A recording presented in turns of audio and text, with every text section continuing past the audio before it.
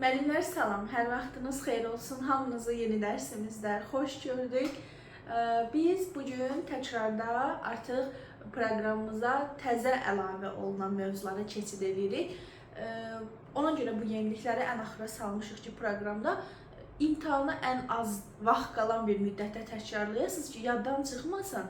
İsti-isti buradan öyrənib inşallah imtahana gedəsiniz. Çünki yeni əlavə olunan mövzulardır deyə bir çoxlarının burada çətinliyi var, tam oturuşmayıb sanki mövzu, tam dərk edilməyib. Biz bugün bütün o qaranlıq qalanların hamısının üstündən bir xətt çəkəcəyik. Bugün nəyi təkrarlayırıq? İki mövzu götürürük. Bir təlimdə rəqəmsal vasitələri, bir də tədrisdə dizayn düşüncəsini. Əslində rəqəmsal vasitələr deyərdim ki, sadə bir mövzudur. Testləri də rahatdır. Burada o qədər çox səhv çıxmır. Amma dizayn düşüncəsi hardasa biraz qarışıq gələ bilər. Necə lazımdırsa ən sadə dildə izah edəcəm, başa düşəsiniz. Başlayaq. Rəqəmsal təlim nədir? Biz danışırıq da, deyirik interaktiv təlim belə, şagird mərkəzli təlim belə, ənənəvidən fərqli olaraq günümüzdə bu cür tələb olunur. Əslində dərsdə mütləq deyil ki, İKT vasitəsi olsun, mütləq deyil ki, rəqəmsal vasitələr istifadə olunsun. Ehtiyac olmadığı təqdirdə, yəni buna ehtiyac yoxdur. Amma bəzən ehtiyac yarandıqda, hansı ki, tutaq ki, deyirəm, rəqəmsal vasitədən bir slaydın özü bir rəqəmsal İKT vasitəsinin dərsə inteqrasiyası deməkdir. Yaxud da ki, ola bilər ki, hansısa bir video izlədilsin uşaqlara, bu da İKT-nin dərsə tədrisi deməkdir. Bəzən elə mövzu tədrisi olur ki, elə dərs olur ki, bunu istifadə etsək, uşaqlar daha yaxşı başa düşürlər, daha yaxşı anlayırlar, mövzunu daha yaxşı mənimsəyirlər, dərsin məqsədinə daha yaxşı çatırlar, tapşırıqlarda nəticələri daha uğurlu olur. Yəni, məqsəd nədir bunları istifadə etməkdə? Dərsin keyfiyyətini qaldırmaq təkcə keyfiyyətlə bağlı deyil, uşaqlara dərsi daha maraqlı etmək, daha istəkli bir şəkildə öyrənmə prosesi ilə. Biri var monoton ancaq müəllimin izahı, müəllimin izahı, biri də var ki, daha fərqli bir şey. Planşetdən istifadə, kompüterlərdən istifadə, rəqəmsal vasitənin uşaqlar üçün əlçatan olması təbii ki, daha maraqlı olar bu zaman iştirak edəcəklər dərslərdə. Rəqəmsal təlim nədir? Rəqəmsal təlim tədris prosesində internet və elektron platformalardan istifadə edir.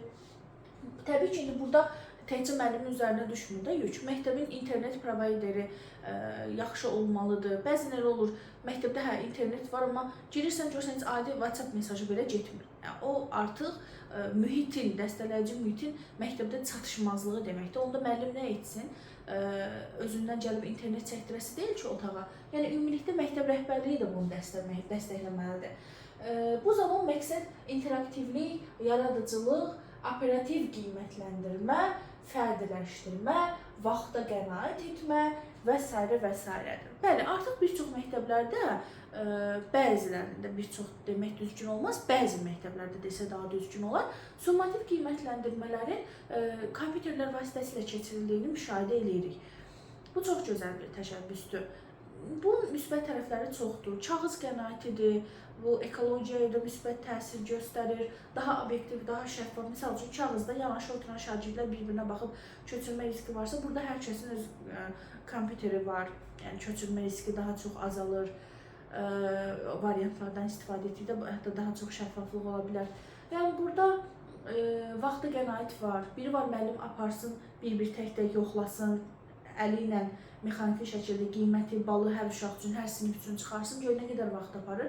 Biri var, uşaq bitiri vurandan sonra, yaxud zaman tamamlandıqdan sonra 45 dəqiqə ekranda avtomatik olaraq şagirdin nəticəsi, balı qiyməti çıxır, müəllimin hesablamasına ehtiyac yoxdur. Müəllim sadəcə cədvələ fikir verir, Excel cədvəlinə filan kəs, filan bal, filan qiymət sinif jurnalına köçürür. Yəni, hər tərəfli müsbət bir şeydir. Biz orada quiz proqramlarından istifadə edə bilərik. Misal üçün, gündəlik dərslərdə summativ olmayan mövzu tədrisi ilə bağlı tapşırıqlarda Kahoot-dan istifadə edə bilərik və s. İndi baxaq görə bu eyni zamanda bura daha doğrusu hansı platformalar, rəqəmsal vasitələr aiddir. Başlayaq Google Classroom-dan. Google Classroom bizdə çox da istifadə olunmur ölkəmizdə. Ümumiyyətlə, bu metodikaya əlavə olunan mövzuların 98% deyək, böyük bir əksəriyyəti xarici mənbələrdən tərcümə olunub günümüzdə tədris proqramına salınır ki, bu gizli deyil, hər kəsə məlumdur. Biz bunu vəsaitdən oxuyanda tərcümədə uyğunsuzluq, cümlənin başının ayağı ilə düz gəlməməsi, sanki süni intellekt tərcümə edib, yəni bu şəkildə onsuz da müşahidə etmək mümkündür. Bəli, xaricdə Google Classroom daha geniş istifadə olunur, amma bizdə xüsusən pandemiyadan sonra bunu əvəzləyən Teams platformasından daha çox istifadə olunur.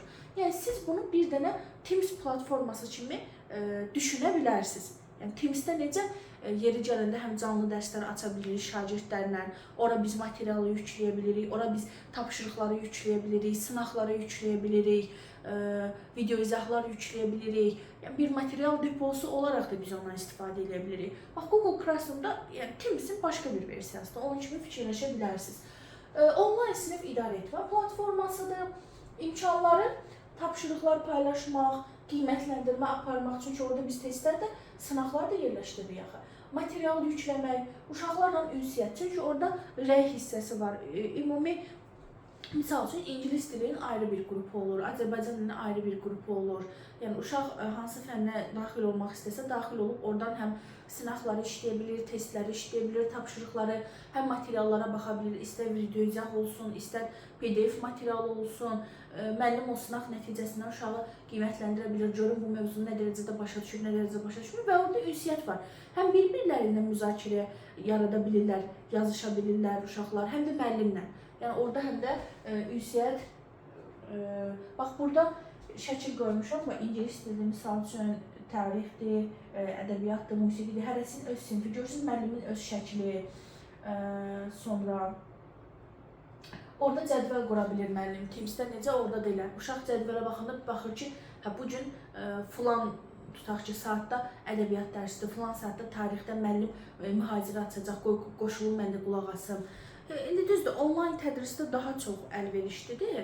Xaricilərdə belə deyil. Bizim ümumi təhsil prosesi bilirsiniz ki, əyani şəkildədir. Yəni onlayn yaxud qiyabi ümumi təhsilə, məktəbə aidiyyatı yoxdur. İndi pandemiya vaxtında biz məcburiyyətdən hibrid yaxud onlayna keçid etmişdik, amma təhsil qanununda qanunla belə bir şey yoxdur. Amma xaricdə belə deyil. Misal üçün həftədə deyək ki, 4 dəfə uşaqlar dərsə gedirlər. Bir günü, 2 günü əlavədən ev tapşırıqlarına dəstək məqsədilə, layihə dəstəyi məqsədilə onlayn da işləyirlər müəllimlə. Yəni hibrid şəkildə orada ya konkret cədvəl üzrə, ya da müəllimin istəyinə uyğun şəkildə bu yerinə yetirilir. Ona görə bundan davamlı istifadə olunur. Deməli, keçək Kahoot-a.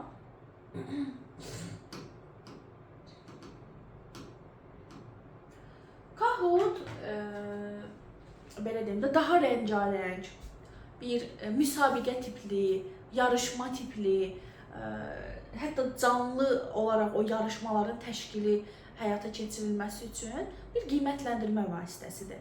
Orada müəllim suallar yerləşdirir. Misal üçün, bugün tutaq ki, mən tədris eləyəcəm uşaqlara informatikadan algoritmləri.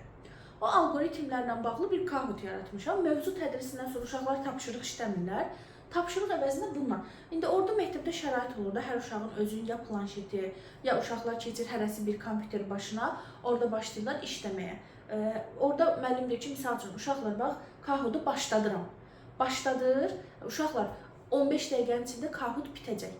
Vaxt gedir və 15 dəqiqə tamam olmamışdır. Misal üçün 5 dəqiqədə onu bitirən uşaqlar olur və bitirəndə orada artıq çıxır ki, birinci yer tutaq ki, Rəsul, ikinci yer Lalə. Həm bir-birlərinin orada nəticələrini görə bilirlər, həm müəllim görə bilir dərhal. Yəni quiz-listə olduğu kimi burada da müəllimin yoxlamasına ehtiyac yoxdur, vaxt itirməyə ehtiyac yoxdur. Sadəcə quiz-i biz daha ciddi, yəni summativ qiymətləndirmə kimi, düzdür biz onu formativdə də istifadə edirik, hər yerdə istifadə edirik. Sadəcə daha ciddi bir qiymətləndirmə, Google Forms'da siz testlər işləyirsiniz, bax onun kimi, yaxud Oxuyanas platformasında testlər işləyirsiniz, onun kimi fikirləşə bilərsiniz. Amma Kahoot biraz daha belə oyun tiplidir. Quiz isə nisbətən, quiz isə analitik cədvəl verir bizə uşaqların nəticələri ilə bağlı. Quiz isə yarışma tipli.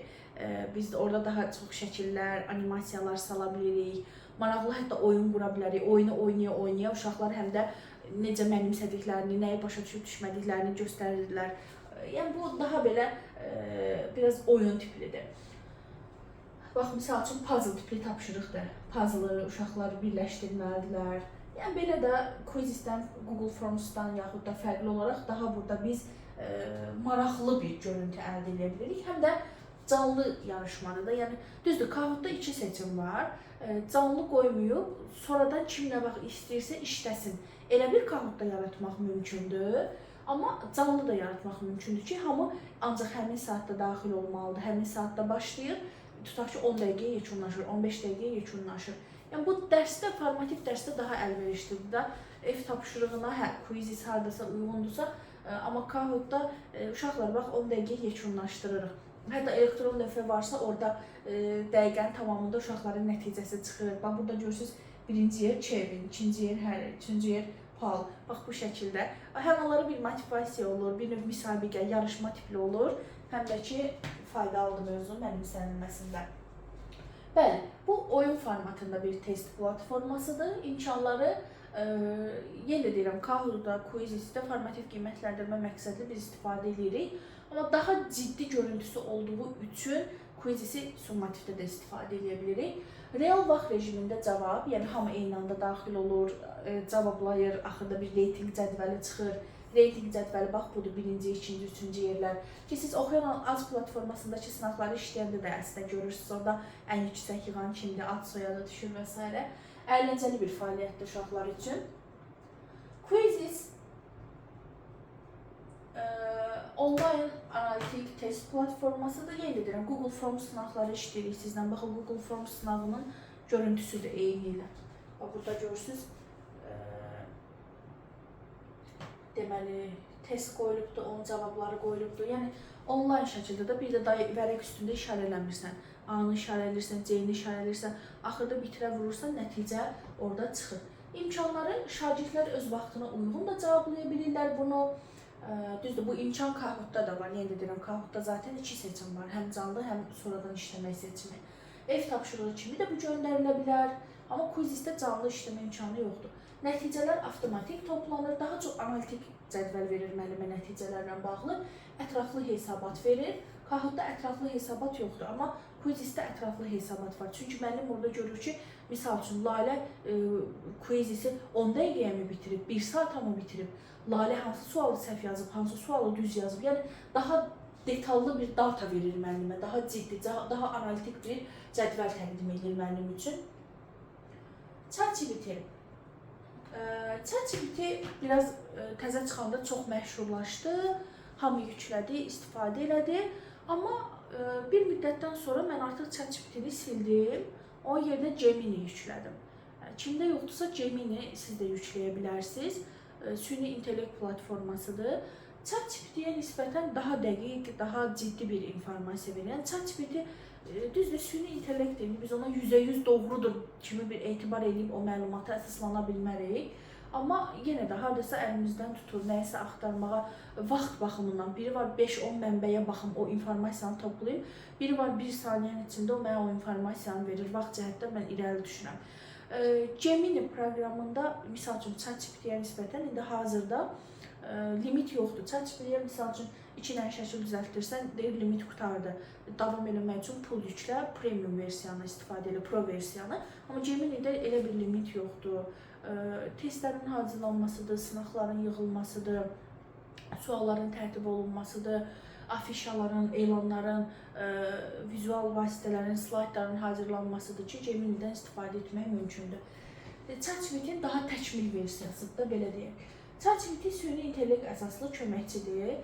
Orada, misal üçün, hansısa testdə sənin çətinliyin var, atırsan, yenə deyirəm, ChatGPT onu səhv də cavablaya bilər.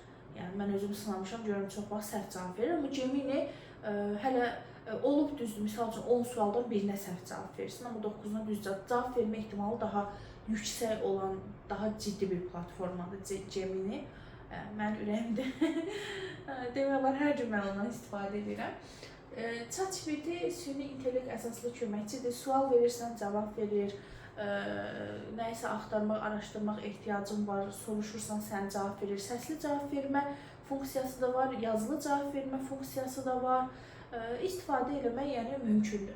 İmkanları odur ki, sən bundan test də hazır. Misal üçün yazırsan ki, səs də ata bilərsən. Deyirsən ki, mənə qiymətləndirmə mövzusu ilə bağlı 10 dənə heç bir vəsaitdə olmayan, amma düşündürücü, imtahan tipli, 5 variantdan ibarət olan situativ suallar göndər və göndərir. İndi düzdür, onu biz həmin dəqiqə hazır şəkildə istifadə edir, o səhv də ola bilər onun cavabları. Özün bir yoxlamalısan, nəzərdən keçirməlisən. Plan yazmaq. Misal üçün, deyə bilərsən ki, sabah uşaqlara fövqəladə hadisələrlə bağlı mövzu tədris eləyəcəm. Mən orada 45 dəqiqəni necə planlaşdırım ki, effektiv olsun, uşaqlar filan məqsədə çata bilsinlər. Qəşəng sənin dərs planı verə bilər, maraqlıdır. Situasiyalar qurmaqdır, tapşırıqların hazırlanmasıdır, vizual materiallar. Misal üçün, fövqəladə hallarla bağlı sabah uşaqlara mən hansı slaydı, hansı şəkilləri göstərə bilərəm, bununla bağlı mənə kömək eləyə bilərsə, avtomatik hazırlayır, təqdim eləyir. Yəni, qəşəkdir. Düzdür, mənfi tərəfləri də var bunun. İnsanlar əvvəllər süni intellekt olmadan internetdən, Google vasitəsilə özləri axtarırdı, araşdırırdı, tədqiqat aparırdı, yaxud şagirdlər olsun. İndi artıq hazıra nazir şəkildə süni intellekt o məlumatı, o nəticəni təqdim edir. Biraz insanda bu tədqiqat aparma, təhlil etmə, analitik düşünmə, tənqidi təfəkkür ki, bu düz məlumatdır, bu səhv məlumatdır. Bunlar qalır arxa planda. Daha çox hazıra nazir bir məlumat əldə edirik. Amma belə deyim də, bu bacarıqlarımız kölgədə qalır. Amma vaxtı idarə etmə baxımından, misal üçün, müəllimlər üçün əlverişlidir. Mən o slaydı axtarıb, araşdırıb 2 saata hazırlayacamsa, bunun köməyi ilə 20 dəqiqəyə mən onu hazırlaya bilərəm. Yəni, vaxt baxımından isə, bəli, əlimizdən tutur, kömək eləyir, səmərəli. O, burada nümunə qoymuşam. Misal üçün, yazmışam ki, salam, ilk kompüterlər necə yaranıb?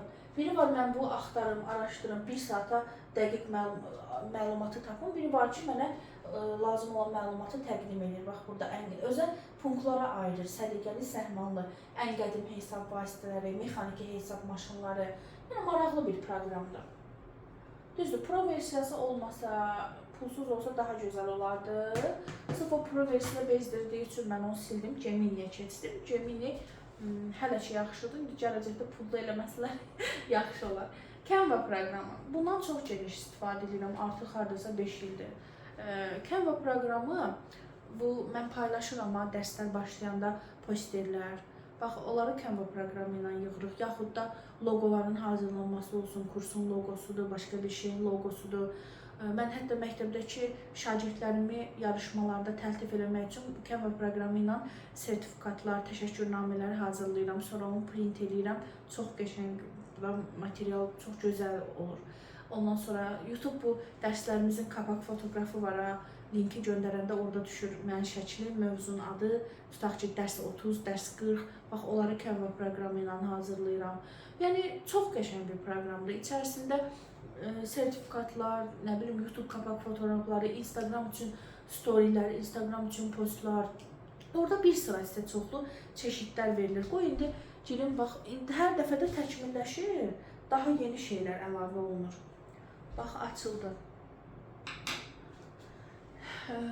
Qoy görək, burada hansı seçimlər var. Belə bir proqramda kateqoriya hissəsinə vurursan, bax, gör nə qədər burada seçimlər var. YouTube rəsmi, mobil videolar hətta hazırlamaq olar, Instagram göndərisi hazırlamaq olar. Bax, bu şəkildə, bilmirəm, indi nə dərəcədə görünür, yoxsa yox. Instagram Reels videosu, təzə əlavələr ediblər. Hətta burada TikTok videosu, Facebook hekayəsi, kartlar, o vizit kartlar olur, broşurlar, bax, onları dizayn eləmək üçün, hazırlamaq üçün, afişalar, kitab ayrıcıları, əlfəcinlər olur. Bax, hətta bunlar təzə əlavə oldu, mən baxanda yox idi. Sonra arxa plan, hər hansısa bir şəkildə arxa plan verə bilərsiniz. Logolar, kart vizitlər, bəlgələr. Sonra nə var burada? Kartpostallar, indi bu türkçəsindədir. Elanlar, sunumlar, e-tablo, yəni çox şey var içində. Hazırlama, əvvəllər bu olmamışdan, bəlkə də var idi, mən xəbərim yox idi. PowerPoint-dən istifadə edirdim, elə şeylərin hazırlanması üçün. Təbii ki, o effekti, o keyfiyyəti vermirdi. Amma artıq Canva proqramı ilə tanış olandan sonra, yəni hər şeyi demək olar ki, ondan istifadə edirəm. Çox mükəmməl proqramdır. Uşaqlar da. Yəni biz bunları niyə öyrənirik? Şagirdlər istifadə edir. Yəni layihə tapşırıqları vermirik. Misal üçün layihə işində layihənin təqdimatı üçün bundan görsəl şeylər, yəni görsəl, vizual dizayn vermək proqramında, yaxud da müəllim özü bundan şəkillər, slaydlar hazırlaya bilər. Hər hansısa bir şey üçün loqolar, dediyim kimi müəllimlər üçün təşəkkürnamələrin, sertifikatların hazırlanmasıdır. Qrafik dizayn platformasıdır. İmkanları təqdimatlar, posterlər, nə bilim, sertifikatlar, afişalar, loqolar, sxemlər, daha nələr hazırlamaq mümkündür. Hətta bundan indi toy dəvətnamələri olur, onlayn toy dəvətnamələri. Bax, onların hazır şablonları var. Yaxud hansısa məktəb tədbiri keçirirsən, dəvət göndərirsən də indi müəllimlərə, yaxud təhsil idarəsinə, təhsil şöbəsinə, bizim də məktəb tədbirimizdə bundan mən hazırlamışdım, göndərmişdim qonaqlarımıza. Daha doğrusu rəhbərliyə vermişdim, rəhbərlik göndərmişdim. Çox qəşəng bir proqramdır, hər tərəfli istifadə etmək mümkündür. Hazır şablonlar olur içində, sıfırdan yığmırsan. O şablonda sadəcə sözü, şəkli dəyişib rahatlıqla çox qısa zamanda istifadə edə bilirsən.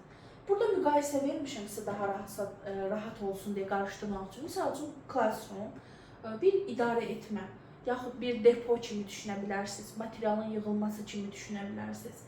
Kahoot da, Quizizz də, ikisi də qiymətləndirmə vasitəsidir. Kahoot'un Quizizzdən fərqi odur ki, Kahoot'da canlı yarışmalarda eləmək mümkündür.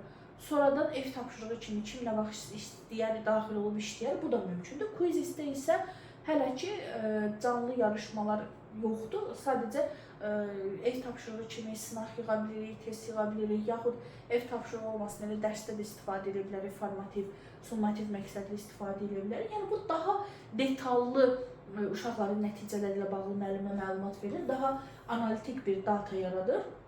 Kahoot daha rəngarəng, daha belə oyun tipli, daha belə yarışma tipli, müsabiqə tipli bir qiymətləndirmə vasitəsidir. ChatGPT məzmun yaradıcıdır. Yəni sən bundan hətta tutaq ki, bir rəsmi məktub yazmalısan, rəsmi ərizə yazmalısan, nə barədədir verirsən, məlumatları hazırlayır, səni göndərir. Akt yaz, nə bilim, başqa nələr ola bilər. Yəni çox şey, mətn də verə bilir sənə, video da verə bilir sənə, foto da verə bilir sənə. Yəni hər tərəfli bir məzmun yaradıcısıdır, süni intellekt köməkçisidir. Nəyi soruşursan deyir. Canva vizual dizayndır. Bu ancaq görsəl şeylərin hazırlanması üçün istifadə edilir. Keçək tədrisdə dizayn düşüncəsinə. Burada çox adamın biraz çətinliyi var. Tədrisdə dizayn düşüncəsi. Bax, sizlə biz təlim modelləri keçdik də, layihə əsaslı təlim modeli, problem əsaslı təlim modeli. Onlar hamısı tədrisdə dizayn düşüncəsinə əsaslanan modellərdir. Yəni, biri var ki, uşaq hansısa bir tapşırığı sadəcə yerinə yetirsin, biri var ki, layihələşdirsin. Bax, bu layihələşdirməni özündə əks etdirən bir modeldir. Dizayn düşüncəsi problemlərə yaradıcı, şagird mərkəzli yanaşma modelidir. Bu yanaşma real ehtiyacları anlamaqdan başlayır və praktik həllərin sınaqdan keçirilməsi ilə tamamlanır. Tədrisdə dizayn düşüncəsi müəllimə dərsi daha maraqlı, daha effektiv qurmağa kömək edir. Proses zamanı şagirdlərin fəal iştirakı ön plana çıxır.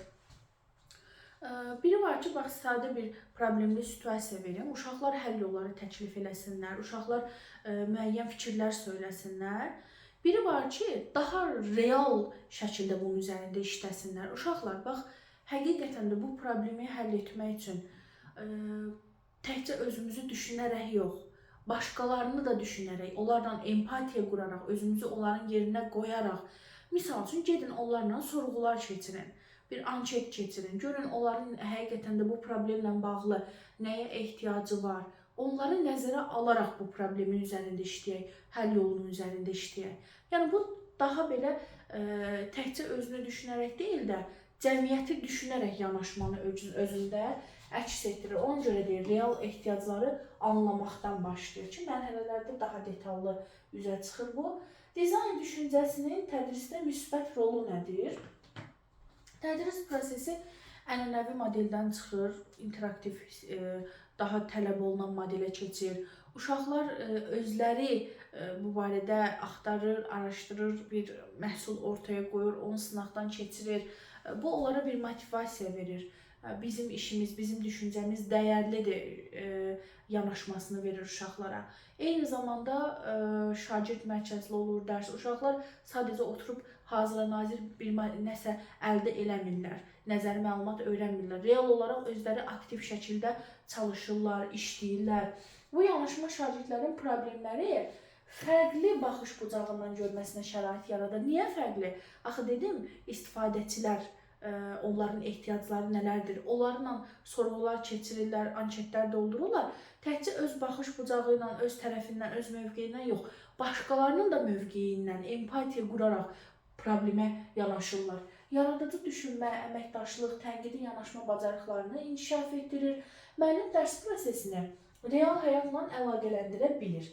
Şagirdlər hazır cavablar yox, həll yolları axtarmağa təşviq olunurlar. Tədqiqat gedir. Yəni bu adətən bir dərslik bir şey deyil də. Bunun üstündə necə layihə əsaslını deyirik, bu da elə işləyirlər müəyyən bir müddət. Nəticədə öyrənmə daha mənalı olur, davamlı olur, uşaqlar üçün daha maraqlı bir prosesə çevrilir. Dizayn düşüncəsinin mərhələləri 5 əsas mərhələdən ibarətdir müəllimlər. Mərhələlər ardıcıl olsa da proses çevikdir, lazım gələndə geri dönüş mümkündür. Bu nə deməkdir? Bax, tutaq ki, empatiya qurdular istifadəçilərlə, problemə uyğun bir ideya müəyyənləşdirdilər, prototipi hazırlayıb sınaqdan keçirdilər. Sınaqdan keçirəndə başqalarının rəyləri falan olur da həmin o məhsula qarşı. Gördülər, həqiqətən də çatışmazlıq var, təzədən bir də bu mərhələyə qayıdırlar, 3-cü mərhələyə, bir də təzə ideyalar fikirləşirlər. Yəni, ardıcıl olsa da, amma təzədən bir də geri dönüş mümkündür burada. Mərhələləri tək-tək gözdən keçirəcək. Empatiya qurma mərhələsi. Burada əsas məqsəd ki, sən problemi həll etmək üçün həll yolları təklif eləmirsən. Bayaq dediyim kimi, təkcə öz yanaşmandan yox. Kimlər üçündür bu problemin həlli?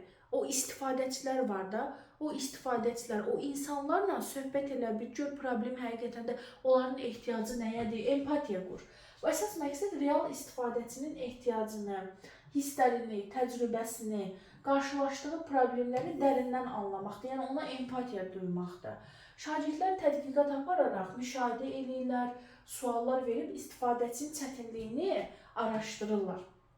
Empatiya qurma mərhələsi şagirdin yalnız məntiqi yox, emosional düşünməsini də işə salır, sosial məsuliyyət hissini inkişaf elətdirir. Bir dənə nümunə deyim, tutaq ki, uşaqlar fikirləşirlər ki, problemli situasiya budur ki, məktəbin həyətində uşaqlar tənəffüs zamanı yediklərini yerə atırlar. Bu da zibillənməyə səbəb olur. Problemli situasiyamız budur. İndi mən çox kiçik və sadə bir şey dedim ki, başa düşülən olsun. Uşaqlar buna dərhal həll yolları, ideyalar irəli sürmürlər. Birinci bu barədə gedirlər başqa sinifin şagirdləri ilə, tutaq ki, məktəbin müəllimləri ilə sorğular keçirirlər ki, necə olsa daha yaxşı olar, nəyin olmasını istəyərdiniz, nəyin olmasını istəməzdiniz. Yəni, sizcə burada artıq o istifadəçilər də, məktəbin heyəti də istifadəçilər, onların fikirlərini alırlar, onlara empatiya qururlar ki, necə olsa onlar üçün də əlverişli olar. Ondan sonra gəlir, başlayırlar artıq bu barədə fikirləşməyə, problemin səbəbini tapmağa, ideyalar fikirləşməyə. Yəni, empatiya qurma mərhələsi istifadəçilərlə sənin bir əks əlaqəndir, dialoqundur, anket sorğu həyata keçirməyindir və s. Problemi müəyyənləşdirmə mərhələsi. Düzdür, problemli situasiya qoyulur, sonra gedirlər empatiya qururlar, amma daha dərindən problem üzərində bir analitik analiz aparmaq və s. o artıq ikinci mərhələdə, sorğulardan sonra başlayır. Bu mərhələdə müşahidə nəticələri sistemləşdirilir, əsas problem aydınlaşdırılır. Məqsəd əsas çətinliyi müəyyən etməkdir. Daha sonra bu anlayışa əsaslanaraq necə edə bilərik ki, ilə başlayan qısa konkret problem cümləsi formalaşdırılır. Mərhələnin məqsədi, yəni bu tədqiqat cümləsidir, o tədqiqatın, o sualın üzərində başlayacaqlar işləməyə. Mərhələlərin məqsədi problemin üzərində işləmək üçün aydın istiqamət yaratmaq, komandanı birgə düşünməyə, bircə həll yolları axtarmağa təşviq etməkdir. Yəni gördüyünüz kimi bir nəfərin işi deyil də bu. Uşaqlar əməkdaşlıq edirlər, bircə işləyirlər. Necə layihə əsasında, problem əsasında, burada da o cür komanda şəklində. Burada təbii ki, sosial bacarıqlar da onların inkişaf eləmiş olur. Biz onlara hətta yumuşaq bacarıqlar da deyirik, soft skillslər. İdeya yaratma mərhələsi, 3-cü mərhələ. Artıq problemin əsas kökü aydındır, əsas səbəbi aydındır. Gəldik, çatdıq həll yollarına. Bu mərhələ yaradıcılıq prosesinin mərkəzidir ki, bilirsiniz ki, həll yolu təklif eləyərkən biz kreativ düşünürük, daha yaradıcı düşünürük, fərqli nöqteyi nəzərdən baxırıq. Şagirdlər mümkün qədər çox sayda ideyanı irəli sürürlər. Çərçivədən kənar düşürmək, yəni daha yaradıcı düşünməkdir, standart yox, qeyri-standart düşünmə. Fərqli perspektivlərdən baxmağı, risklər almağı öyrənirlər. Məqsəd yeni və müxtəlif həll yolları yaratmaqdır. Bu zaman beyin həmləsi kimi, siz iş üsullarından bilirsiniz, beyin həmləsi insanın kreativ düşünməsini tetikləyən bir iş üsuludur. Beyin həmləsi kimi üsullardan istifadə edilə bilər. 4-cü mərhələdə müəllimlər artıq o tutaq ki, həll yollarından biri məktəbin həyətinə rəngli zibil qutuları qoymaq, plastik üçün, kağız üçün, metal üçün və digərləri üçün və s. Tutaq ki, belə bir həll yoluna qərarlaşdırdılar. Birinci o prototipləşdirirlər. Prototipləşdirmə nədir? Bu layihə deyəcəm mən buna. Bu layihənin, bu modelin qarşı tərəfə təqdim edilməsi üçün görsəl olaraq nəsə də, yəni ən azından bir kartondan hələ ki bunu hazırlaya bilərik, yaxud da başqa bir materialdan modelini bir görsəl olaraq ki, mən qarşı tərəfə aparıb təklif edirəm, deyəcək, hə, nə gətirmisən, əlində nə var? Yəni əlimdə bu var deyə göstərəcəyim. Bu bir sənəd şəklində ola bilər, bu bir model şəklində ola bilər, bir slayd şəklində ola bilər, bir plan şəklində ola bilər. Yəni əlimdə qarşı tərəfə sunacağım, təqdim edəcəyim bir nəticə olsun. Bax, ona mən deyirəm prototipləşdirmə. Prototip, yəni o hansı ki, qarşı tərəf onu görəcəkdə, görsəl şəklə salmaq üçündür. Bu mərhələdə seçilən ən uyğun fikirlər test oluna biləcək konkret formaya salınır, yəni prototip halına salınır. Məqsəd ideyanı görünən, yoxlanıla bilən bir şəklə salmaqdır. Bu, yəni təkcə söz üzərində, mənim danışacağım üzərində qalmasın da, ideyanı ya bir sənəd, ya bir fayl, ya nə bilim bir model şəklində suna bilim qarşı tərəfə.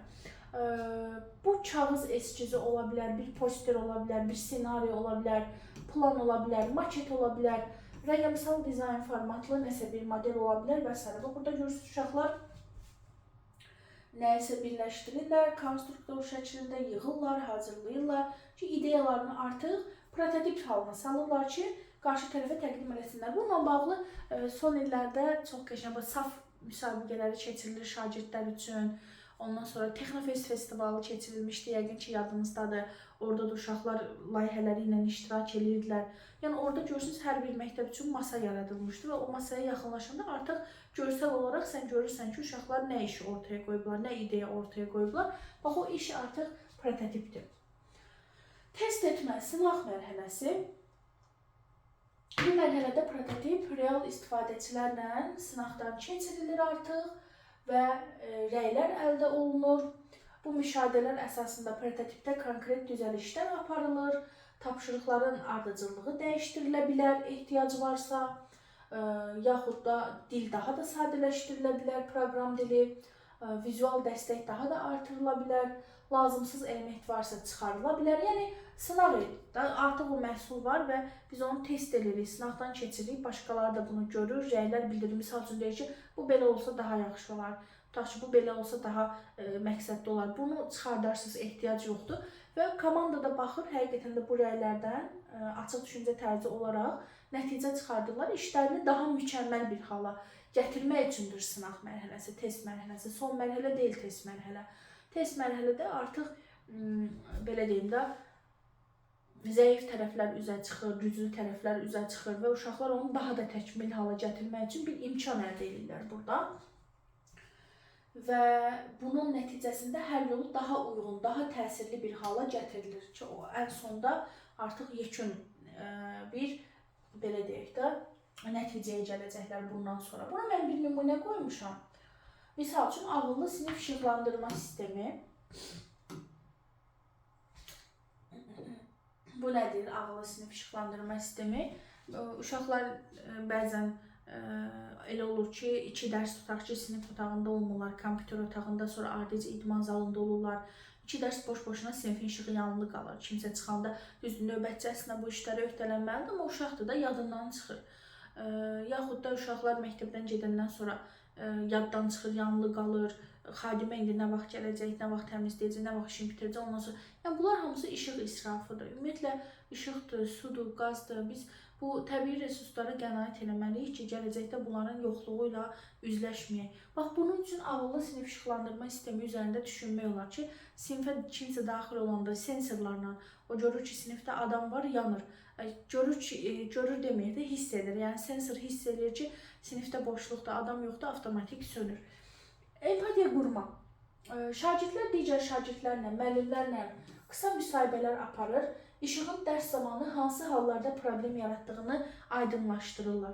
Misal üçün, müəllimin biri deyə bilər ki, bax, işıqları vuranda hamısı birdən yanır.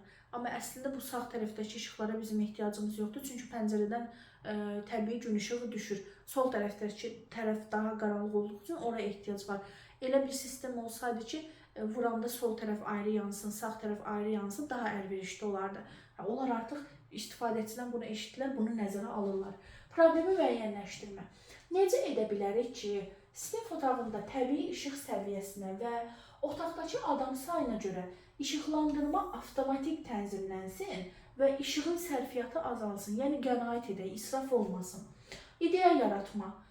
Burada artıq görürsünüz, bir neçədən, 1, 2, 3, 4 dənə ideya qoyublar ortaya. Gün işığı sensorundan istifadə eləmək, hərəkət sensorundan istifadə eləmək, bu bəzən yerlərdə var. Görürsən, küçədə gedirsən, kiminsə qapısının ağzından keçəndə işıq yanır. Sən o hissədən uzaqlaşanda işıq sönür. Bu hərəkət sensoru ilə işləyir. Yəni, lazımsız yerə, boş yerə yanmır da, orada hərəkət olanda işıqlandırır. Zonalı işıqlandırma, mən dediyim kimi, misal üçün, sağ tərəfdə adam yoxdur, ehtiyac yoxdur, sol tərəf yanır. Vaxt cədvəlinə görə planlama və s. Prototipləşdirmə, indi ortaya bir görsəl bir şey qoymaq lazımdır axı. Sinfin sxemi üzərində işıq zonaları çəkilir, sensorlar, yerləşdiriləcək nöqtələr işarələnir, sistemin iş prinsipinin ssenarisi hazırlanır. Yəni, uşaqlar bunu rəhbərliyə deyək, sinif rəhbərinə deyək ki, layihə rəhbəri kimdirsə, təqdim eləyəndə artıq əllərində, yəni sadəcə şifahi danışmayacaq da, bu belə olsa yaxşı belə, əllərində artıq bir görsəl bir şey var, ssenari var, bir yazı var, bir dokument var, bir sənəd var. Test etmə mərhələsi. Prototip istifadəçilərlə sınaqdan keçirilir və rəylər toplanılır, rəylərə əsasən düzəlişlər edilir. İndi prototip o demək deyil, sinfi söküb yığırlar. Birinci, bunun kiçik bir modelin elektrik dövrələri yarada bilərlər və s. masaüstü bir şey. Ona rəylər bildirilir, bu belə olsa yaxşı olar, bu belə işləsə daha yaxşı olar. Artıq ondan sonra onlar bilirlər ki, burada çatışmazlıqlar nələrdir, üstünlüklər nələrdir. Ona əsaslanaraq son versiyanı daha təkmil hala gətirib, layihə nəticəsini ortaya qoymuş olurlar. Yəni, çox gözəl bir yanaşmadır. Uşaqlar üçün də maraqlıdır. Həm bacarıqlar əldə edirlər, nəyisə təkcə. Misal üçün, bunu fizikada rahatlıqla eləmək olar. Biri var fizikada, texnologiyada da var elektrik dövrəsinə bağlı mövzu. Yəni, biri var sadəcə, buna tutaq ki, açar qapalı olmalıdır, açar açıq olmalıdır, paralel birləşmə budur, ardıcıl birləşmə budur. Biri var real olaraq, uşaqlar elə bunları birləşdirib, hər şey bu dəqiqə əl çatandır, hər şey satışda var. Açar da var, dövrə də var, filan şey. Özləri yığsınlar, görsünlər ki, bu nə olan bir şeydir, harada istifadə etmək, necə istifadə etmək olar. Bir də mühəndis bacarıqları formalaşır uşaqlarda.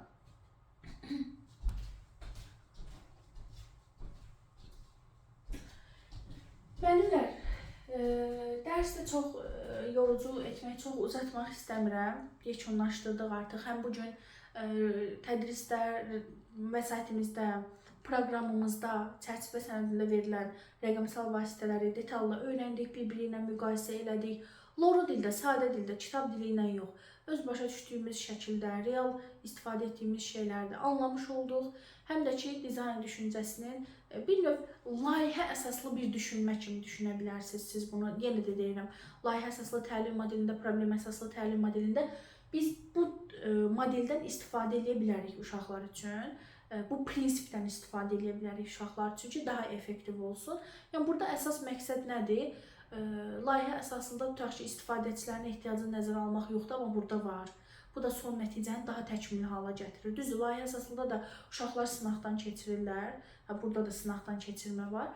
Yəni bu günümüzə daha uyğun olan, daha təkmilləşdirilmiş bir model kimi qarşımızdadır.